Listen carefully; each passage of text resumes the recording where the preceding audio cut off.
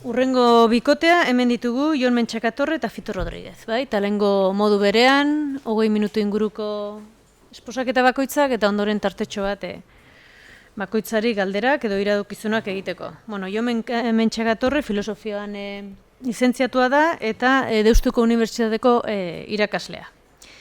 Jose Azurmendik ondo ikertu dituen bi autoreren gaineko testua dakarkigu, edo hitzaldia, eta honelaxe titulatu du, Mirande eta Gandiaga, sinesmen eredu bi. Nahi duzunean, Jon?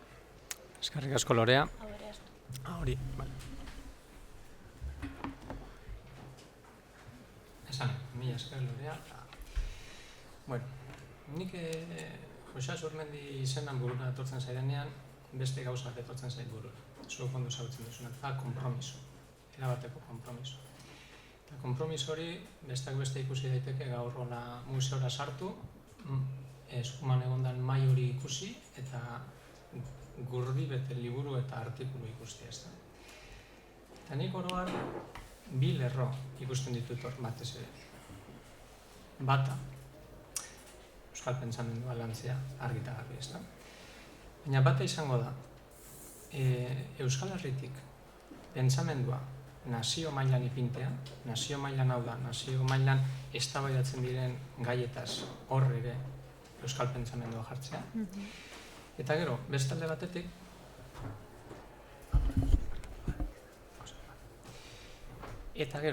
batetik, ereduak ematea, ezta? Ez dakit, gaur bentsat ez dute hori entzun eta berriro hau azpimarratu nahi dut, ezta?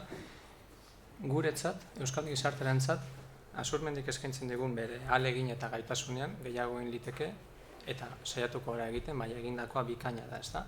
Baina nolabait, liburutegi hau daukagu, izen hauek ditugu, eta nolabait gure inteligentzia hori eskaintzia, ezta? Orduan, bi lerro horretatik abiatu nahi dute hitzaldia eta nolabait ipartzate hartu. Eta lehenengoa, nolabait euskal pentsamendua nazioarteko maila horretan jartzea dena, lerratu nahi nuke sekularizazioaren aldetik. Bai? Gaur goizean, mahai inguru honen edo hitzaldi hauen mahaiaren izena gizaberea da. Eta goizean ere izan dugu gizaberearen inguruko maila. Eta nik gaur hitz egingo ditudan eredu bi horrek, Azurmendik eskaintzen dituen beste askoren artean eredu bi, Mirande eta Gandiaga.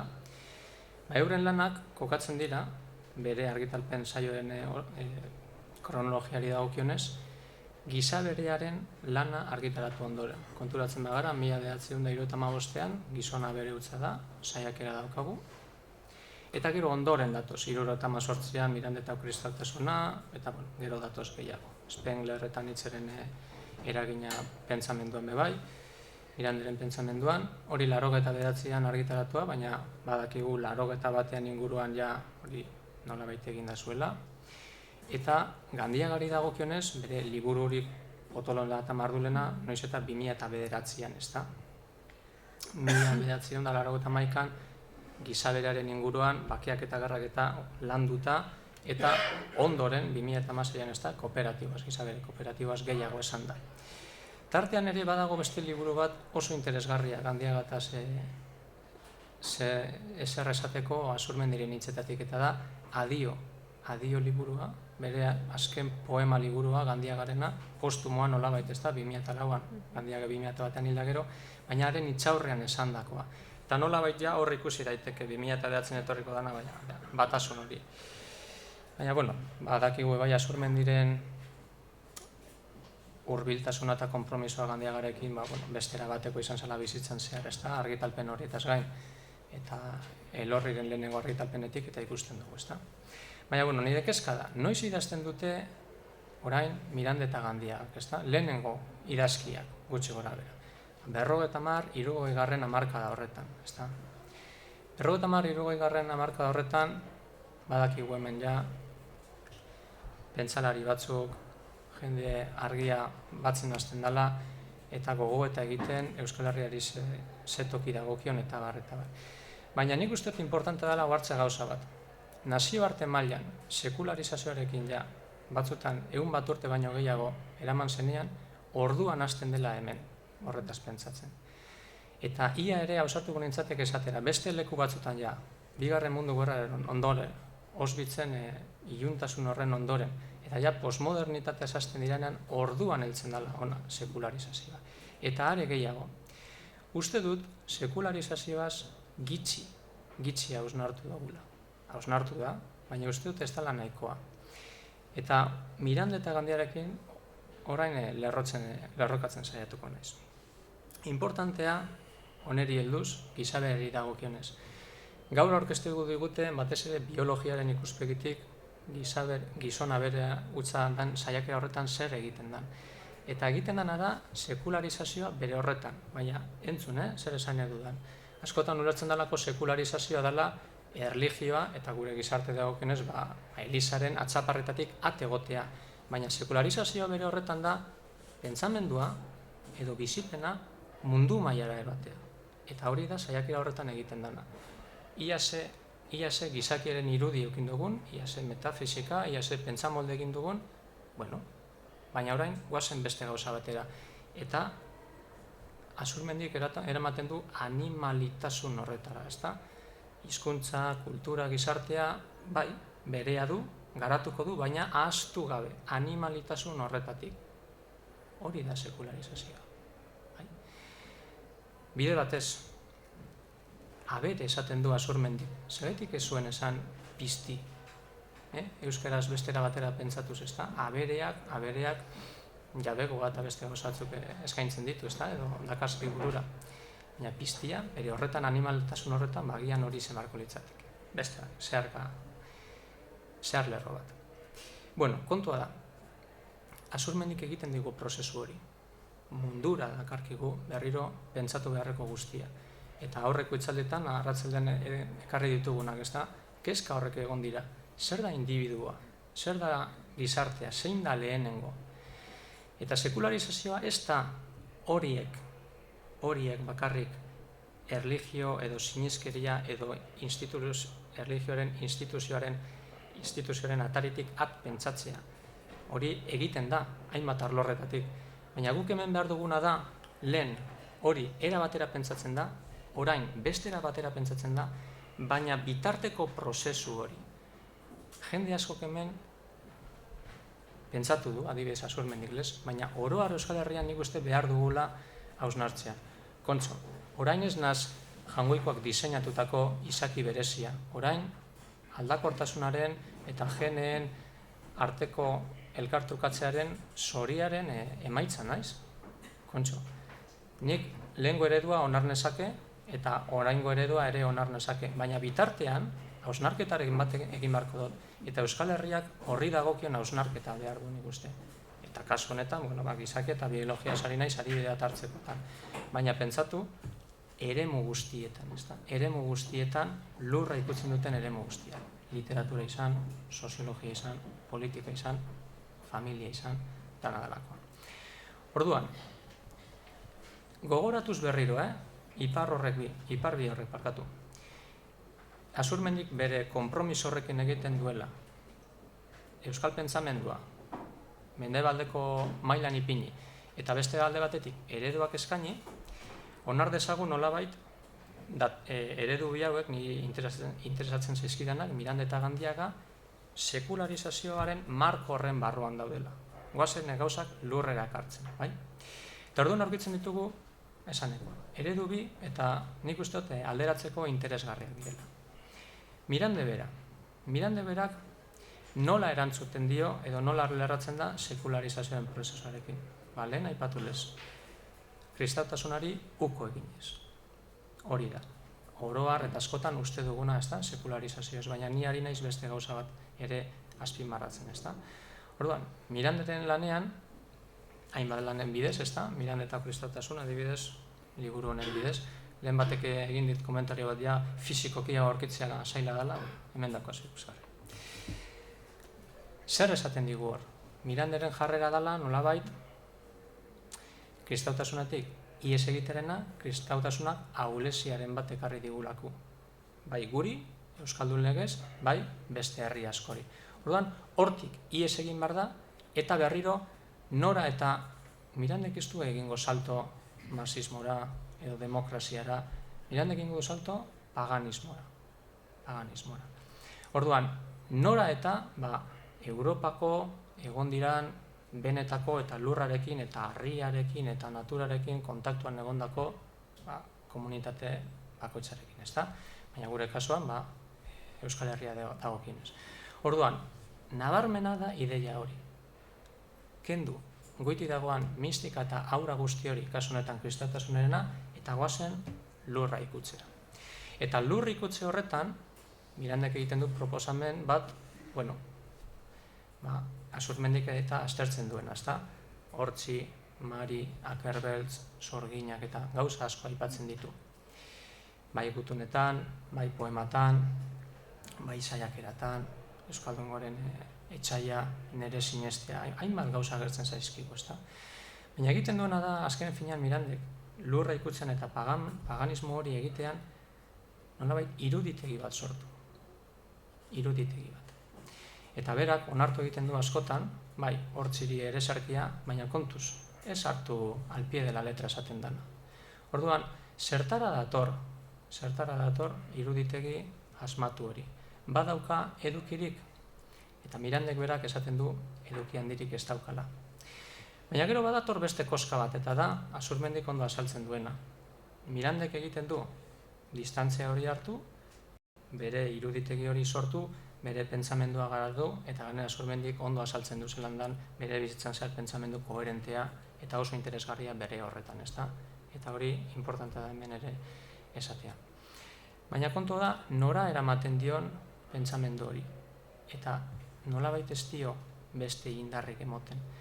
Badago gutun interesgarri bat, etxaidi idatzitakoa, eta pasartetz bat irakorriko dizuet. Erdigunean dago niri interesatzen zaidana, baina oro hart testuinguru apurtxo bat hartzeko.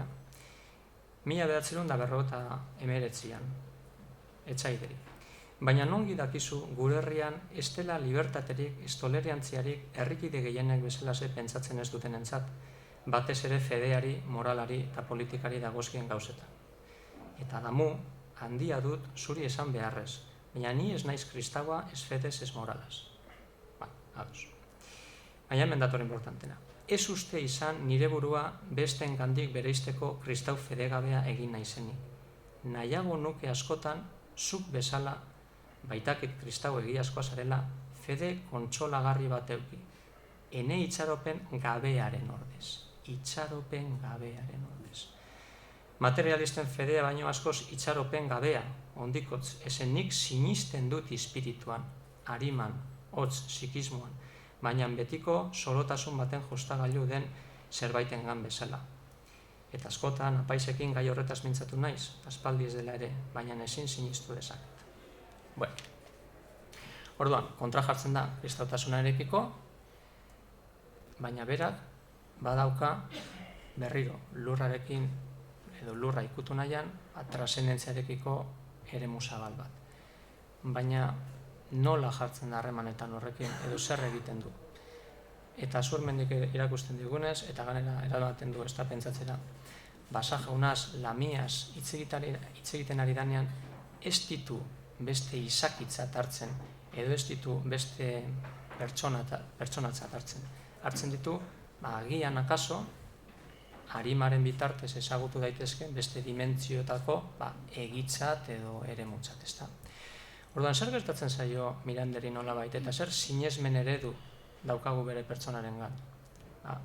Sekularizazioaren bidez erantzuten dio, erantzuten dio paganismoaren bidez, baina ez da heltzen ezer sendora. Itxaropen gabea da gizona. Dana dago soria edo patuaren arabera, eta gizonak edo emakumeak paparra ataratzen du, baina azken fidean zer egin. Azkenean nora heldu, ez da. Baina, ostera, badaukagu beste eredu bat, lerro horretan, eta interesgarria da, orain horretaz pentsatetza da, Gandiaga bera, ez da. Gandiaga bera, badakigu, fraile, esan da, Francisco Tarrasala. Baina zein da bere eredua eta zer eskaintzen digu Azurmendik berataz. Alde batetik, eta hau Gandiagaren poematan ere ikusi daiteke, berak ikusten ditu, eta gero saiatu gana sobeto da azaltzen, baina berak nahi dituen sustraiak nolabait etenda dauzela, sustraiak izoztuta dauzela, baina hasiak eta fruituak ernitzeko oraindik aukera dago. Orduan bera badauka nora heldu. Mirandek ez legez, sustrai hotz batzutara heltzen den eta ez dago hor beste handitasun edo oinarri sendorik argitzen, baina Gandiagak bai, hasiak eta fruituak daudelako. Eta importantena da, adibidez, zelan erakusten duen Azurmendik Gandiagak hitzari ematen dion garrantziaz. Eta hau interesgarria da, adibidez, Miranderekin kontrastatzea. Hortzi, Mari, Akerbeltz, irudiak dira, baina hutsik daude. Bai. Naiz eta otoitz egin edo, otoitz egin arren otoitzean bere horretan ez da sinesten. Ikuspuntu neopagan horretatik. Baina Gandiagaren hitzaren inguruan beste ezer esan daiteke. Eta Gandiagaren hitz batzuk ateraka ditut adio poema bildumatik. Astiro irakurriko dute. Gauzak eta hitza diferenteak dira. Gauzak eta hitza. Nik zerbait nahi izan badut, nire hitza beti gauzen artean ahalik eta gauzei berdinena izan zedila izan da. Hau da, hitzak eta gauzak ezberdinak dira, baina hitza ahalik eta beretzuna edo berdinena. Non ikusi genezake honen bizipena edo honen esperimentazioa? Azurmendik benetan idazle literarioa dela erakusten duen tokian eta azken egunak Gandiagarekin lehenengo kapituloan oro har. Eta esan da gera dadila, liburu horretan eta kapitulu horretan ikusten dugu Azurmendi, beste leku askotan ikusten dugu goi mailako filosofotzat, baina hor ikusten dugu literatur idazle bikaina dala eta izan daitekela. Benetan hunkigarria eta erabateko hurbiltasun handiarekin zema transmititzen duen lerro horietan, ezta? Eta lerro horietan besteak beste komentatzen du pasarte bat, Gandiaga bere azken egunetan edo azken hilabetetan egoala, eta bera eta Gandiaga eta Azurmendi bera arantzasun, ezta? Eta atzamarrez seinalatuz izen guztiak esan, ezta? Borda hori, mendi hori, ibaitz hori, etxetx hori, bide hori. Zer egiten du beraz Gandiagak hitzarekin? Gandiagak hitzarekin egiten du, Azurmendi gero nolabait desglosatuta esaten duen, ezta? Antzinako jendearekin batu. Joan den munduarekin batu. Eta berriro mundura etorri. Mundua bere horretan, ezta? Berriro etorri oinez egin behar dugun maila horretara. Harria izan, lurra izan, zuhaitza izan, dana dalakoa izan, berriro hor ikutu. Baina, sineskeria hutsa aurkitu beharrean, Gandiagak hor zerbait sakona aurkitzen du. Nolabait, instituzioaren auratatik harago, lurra ikutu eta hutsa aurkitu beharrean beste ezer aurkitzen du. Eta hor dago, Gandiagaren bizi gogo hori, ezta? Jende xumeari entzun, haien arazoak ezagutu, hau bestea pasarizo bat, ipuina. Zer da jarrera hori?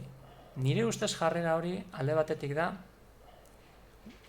aurretik etorri diranen biziaren zentzua ulertzea. Horren parte izatea. Nire aita zentzu honekin bizi bada, eta nik nire aita maite badot, lehenengo eta behin egin beharko dudana da, nire aita bizidan zentzu mundu horren jabe egin, eta hori partekatu, ezta. Eta nolabait, hau benetan irakurketa pertsonala da, baina hala ikusten dut, Gandiagaren ekimenetako bat izan zen, nola dikotomia horretan, ezta, landa eremua, hiria, lehengo mundua, modernitatea eta nola egon lehengoen alturan edo lehengoen mailan. Ezta? Jende xumea, gu instituzioetakoak. Lehengo jendea, ez dakila esebez, sinesmena eta sineskeria da nalakoa. Baina Gandiagak lortzen duena da euren mailan jarri parkatu. Eta euren mailan jartzeak esan nahi duena da horiekin bat izatea. Orduan, oso interesgarria da, eta hau da azpimarratu dena eta laster amaituko dut, da Gandiagaren prozesua dela berriz ere lurra ikutzea, eta lurra ikutze horretan aurkitzen duela sinesmena, itxaropena, batasuna, eta zentzuaren partekatze horren bidez, izan hizkuntzarena, izan leku baten egotearena, izan ipuin bat entzutearena, dana delakoa. Orduan, importante da pentsatzea era honetako sentsibilia daukan pertsona batek nola badakinean bide batetik aurretik hainbat eta hainbat belaunaldi pasa direnean, bera ere nolabait bide horren parte izaten, ezta. Eta horrek ez dago izan nahi alusinaziorik daukasunik bide honetan zoaz eta kontxo. Aurreko arbasok ikusten ditut, ez. Da, jakitea, hemendik pasatu ziren, eta ni leku berean nago. Eta hau, zer da, entzuleok, munduan bere horretan egotea. Orduan, laburbiltzeko eta amaitzeko. Nik uste dut importantena dala, Azurmendiro nolabait, obra ondo ikustea, eta dala, Euskal Herria, Euskaraz, eta badakigu konpromesu hori, baina garrantzitsua diren gaietan jartzea, eta gai importante bat, eta benetan berandu heldu zen Euskal Herria izan zen sekularizazioarena, eta hori ulertu behar dugula nolabait berriro lurra ikutzearekin eta erroetara joatarena, eta marko horren barruan besteak beste eredu ditugula. Batak, sineskeria edo gustasunera eroan lezakela, nolabaiteko paganismo batera itzuli nahian, eta beste alde batetik, lehengo jendearekin eta lehengo zentzua bere horretan hartuz, nolabait, inkluso sintesi berri bat aurkiliteke. Lehengo paganismoa eta mundu tradizionala eta sekularizazioan prozesua eta mistika eta itxaropen eta sinesben berri batzuk. Eta honen hasi amaituko dut eta beste barik, ezta? Azpimarratuz bere liburutegi oso horretan, gai honi dagokionez, sinesmenarena, itxaropenarena eta bar jorratzeko, eredu bi ematen dizkigula Azurmendik, baina gainera ez eredu kristau bi, edo eredu judutar bi, edo ez. Mundua ikutu eta gero emandako eredu. Eskerrik asko.